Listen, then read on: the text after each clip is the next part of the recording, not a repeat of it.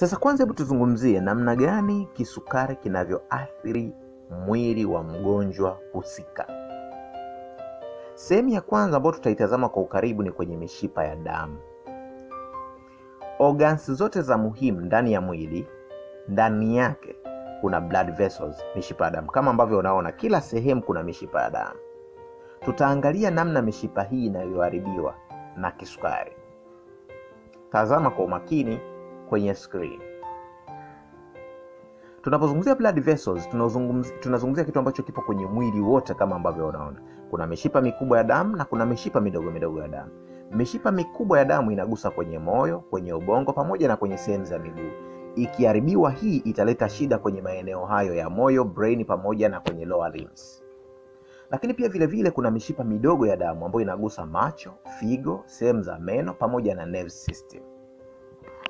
Sasa tuangalie kwa ukaribu zaidi namna gani maeneo haya yanaathiriwa. Mishipa ya damu inaharibiwaje?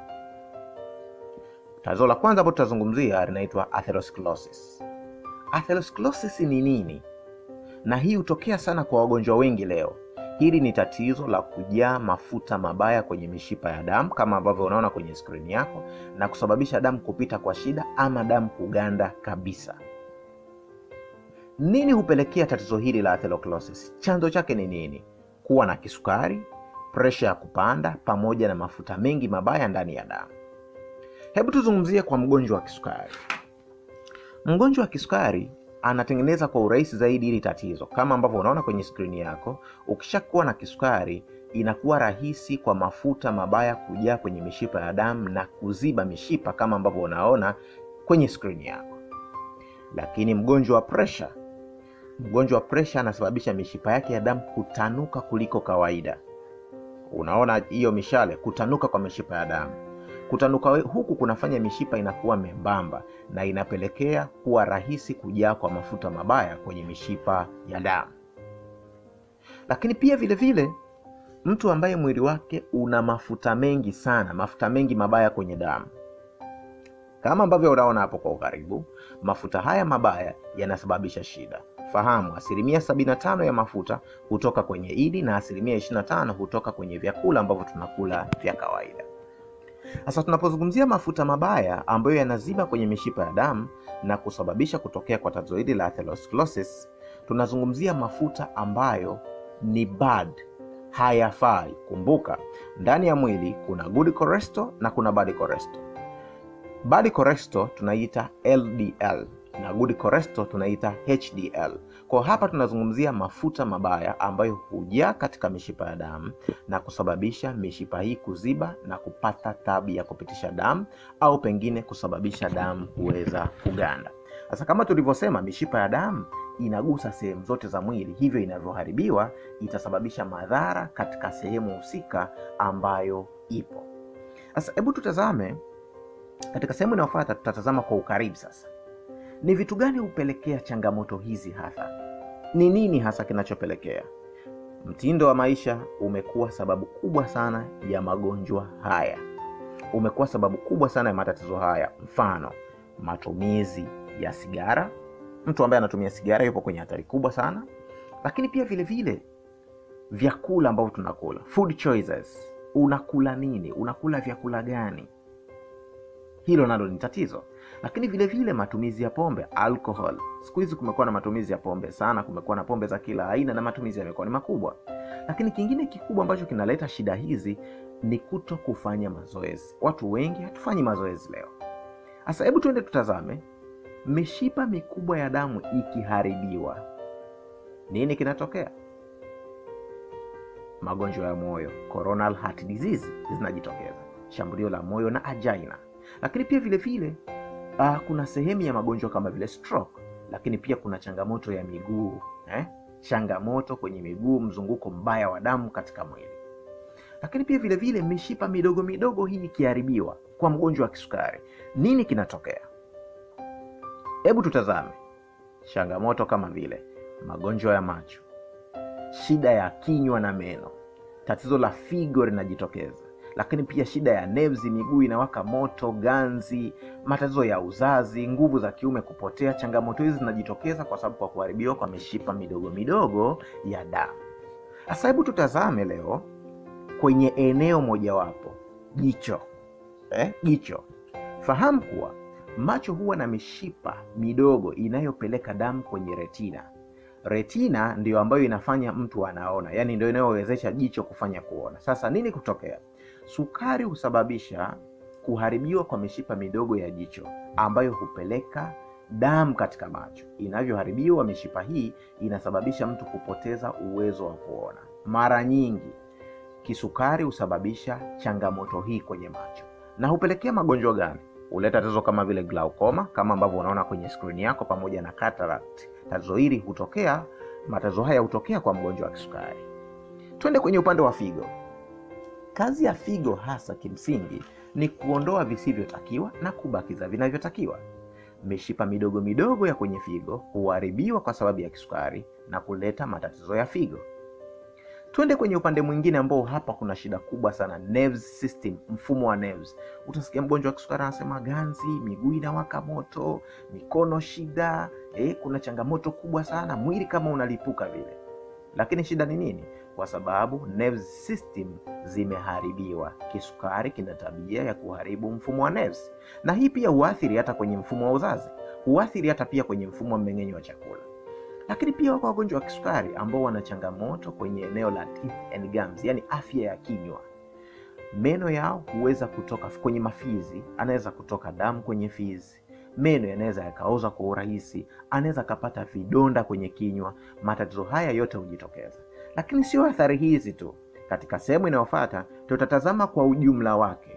Je, kisukari huleta shida gani kwa mgonjwa wa kisukari na nini suluhu yake? Hebu endelea kufuatilia katika sehemu, kwa sababu huwa tuna posti mambo mbalimbali yanayohusu afya.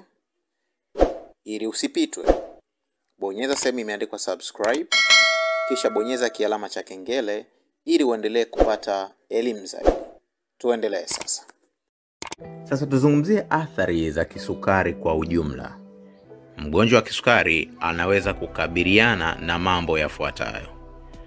Jambo la kwanza, anakuwa kwenye uwezekano wa kupata stroke. Lakini la pili, anakuwa na tatizo la kupoteza kumbukumbu. Namba 3, kuwa na kiu kali isiyoisha. Namba 4, kupoteza uwezo wa kuona. Namba 5, mgonjwa wa kisukari anakuwa hatarini kuugua magonjwa ya moyo. Namba 6, ni rahisi kuambukizwa magonjwa mengine. Mgonjwa wa kisukari inakuwa ni rahisi sana kupata na magonjwa mengine yanayojitokeza. Namba 7, mwili huchoka na huishiwa nguvu. Namba 8, kupata tatizo la pressure ya kupanda. Lakini vile vile mgonjwa wa kisukari anapata shida kwenye mfumo wa mmeng'enyo wa chakula. Lakini sio hayo tu. Pia mgonjwa wa kisukari hupata tatizo la kukojoa mara kwa mara na wengine kutoka jasho jingi hasa nyakati za usiku.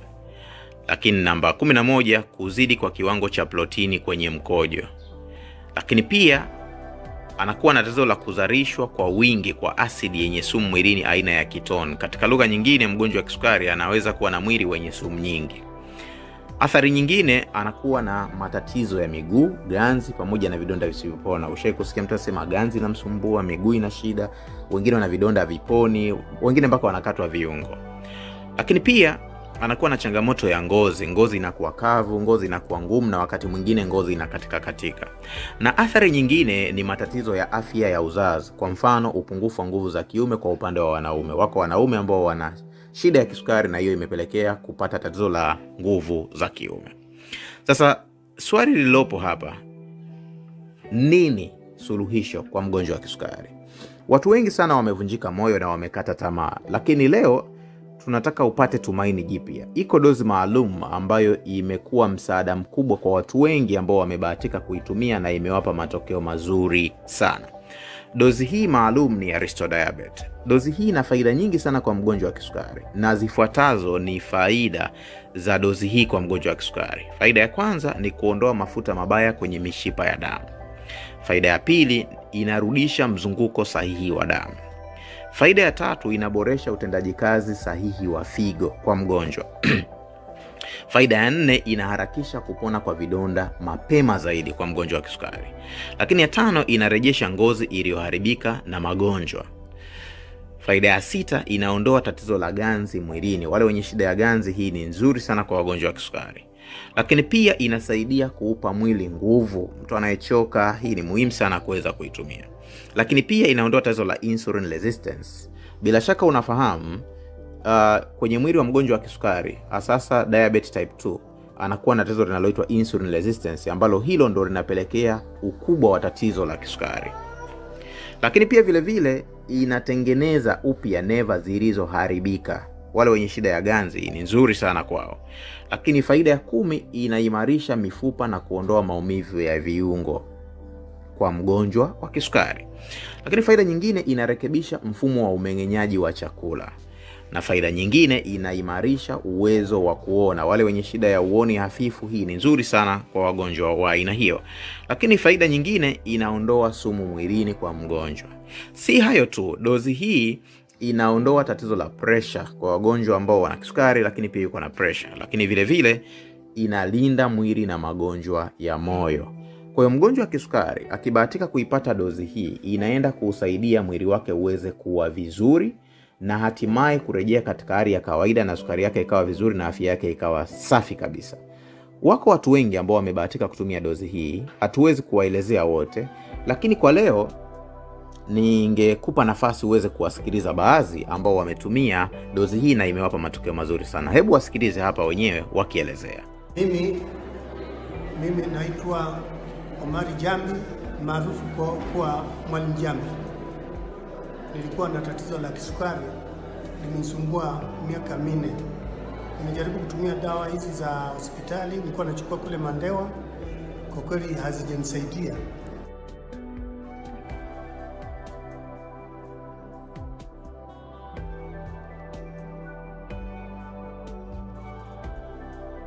Akazigundua zile dawa kwamba zinasaidia, akaninunulia, akanitumia.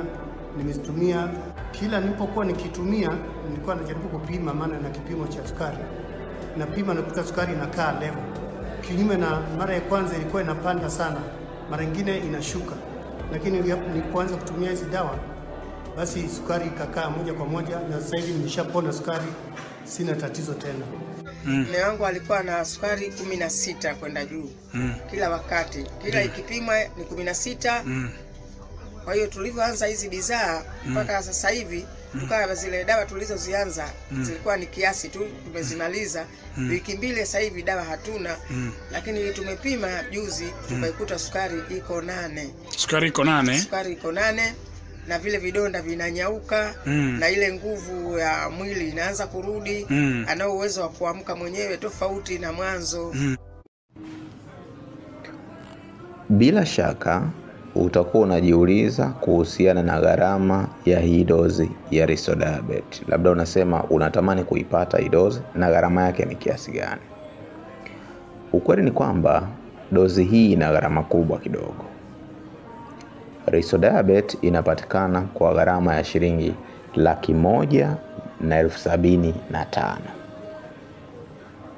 Sasa kwa sababu tumekuwa tukihudumia watu wengi kwa muda mrefu sana, kwa miaka mingi, na ukweli ni kwamba changamoto hii ya sukari siku hizi inasumbua watu wengi. Miaka ya zamani huko sukari ilikuwa inasumbua watu wenye hadhi fulani, lakini siku hizi ni ugonjwa ambao katika familia nyingi unakuta kuna mtu ana changamoto hiyo.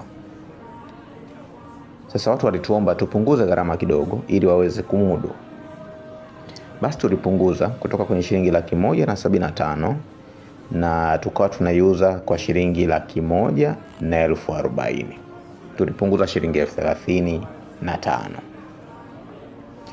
Lakini kama ndo unatufuatilia sasa hivi na ungetamani kuipata hii dozi siku ya leo, kwa siku ya leo pekee, tumeiwekea hii dozi punguzo maalum. Badala ya kupatikana kwa shilingi 175,000, badala ya kuipata kwa shilingi 140,000, kwa siku ya leo pekee hii dozi inapatikana kwa shilingi 110,000 tu. Tumeiweka hii punguzo la leo pekee kwa sababu inawezekana kuna mtu ana changamoto hii, amehangaika kwa muda mrefu na angetamani kutatua hii shida, lakini labda anaona mfuko wake hauko vizuri, na sisi hii ni huduma, sio biashara. Kwa hiyo tumeamua kupunguza gharama kwa siku ya leo. Mwenye shilingi 110,000 aweze kuipata hii dozi. Kwa kama unahitaji kuipata siku ya leo pekee, unaweza kutupigia simu kwa namba 0789 79 20 13. Itakufikia mpaka kwenye mkoa ulipo. Na kitu kingine ambacho tunakifanya kwa watu tunaowahudumia, ukiachana na kupata dozi, utapata pia mwongozo maalum wa ulaji wa vyakula, kuanzia asubuhi utumie chakula gani, mchana na usiku, kwa sababu kwa mgonjwa wa sukari chakula pia ni sehemu ya tiba. Lazima ujue vyakula gani vya kuvitumia na vyakula gani hupaswi kuvitumia. Kwa ambaye unataka kuipata leo, tupigie simu sasa ili uweze kuipata kwa gharama ya punguzo. Namba ya simu 0789 79 20 13. Namba hiyo pia inapatikana WhatsApp.